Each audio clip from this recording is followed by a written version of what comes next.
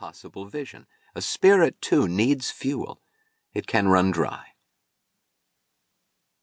Frank was the fuel.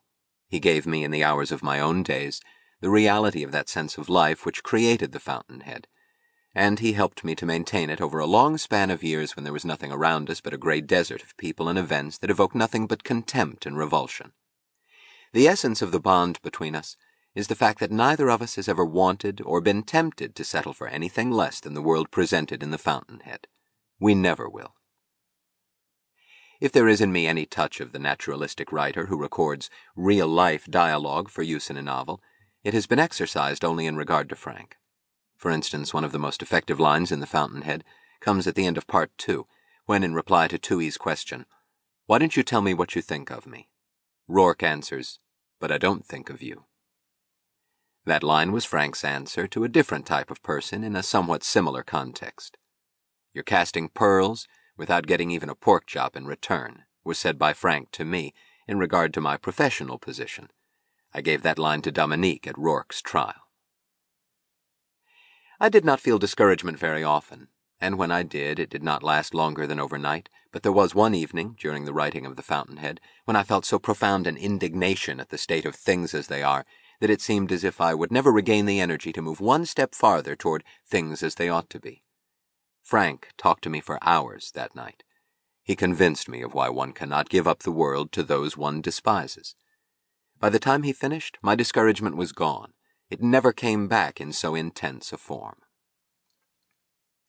I had been opposed to the practice of dedicating books. I had held that a book is addressed to any reader who proves worthy of it. But that night I told Frank that I would dedicate The Fountainhead to him, because he had saved it. And one of my happiest moments, about 2 years later, was given to me by the look on his face when he came home one day and saw the page proofs of the book headed by the page that stated in cold, clear, objective print, "To Frank O'Connor." These are some of the reasons why, for me, the most profound personal meaning of this new anniversary edition is the fact that its jacket carries the reproduction of a painting by Frank. It is like the completion, the proper climax of this book's history. That painting was not done for The Fountainhead. It represents Frank's version of a sunrise we had seen once in San Francisco. His title for the painting is "Man Also Rises." I have been asked whether I have changed in these past 25 years. No, I am the same, only more so.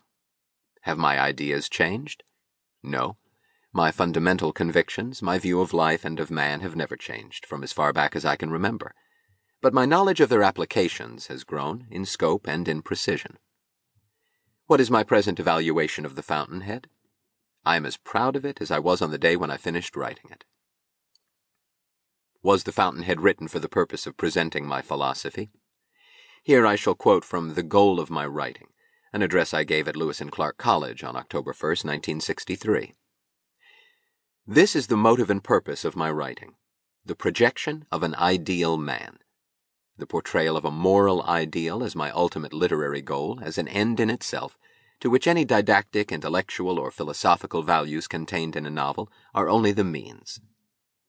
Let me stress this, my purpose is not the philosophical enlightenment of my readers. My purpose, first cause and prime mover, is the portrayal of Howard Roarke, or the heroes of Atlas Shrugged, as an end in himself. I write and read for the sake of the story. My basic test for any story is, would I want to meet these characters and observe these events in real life? Is this story an experience worth living through for its own sake? Is the pleasure of contemplating these characters an end in itself? Since my purpose is the presentation of an ideal man, I had to define and present the conditions which make him possible and which his existence requires. Since man's character is the product of his premises, I had to define and present the kinds of premises and values that create the character of an ideal man and motivate his actions, which means that I had to define and present a rational code of ethics. Since man acts among and deals with other men, I had to present the kind of social system that makes it possible for ideal men to exist and to function, a free, productive, rational system which demands and rewards the best in every man, and which is, obviously, laissez-faire capitalism. But neither politics nor ethics nor philosophy is an end in itself.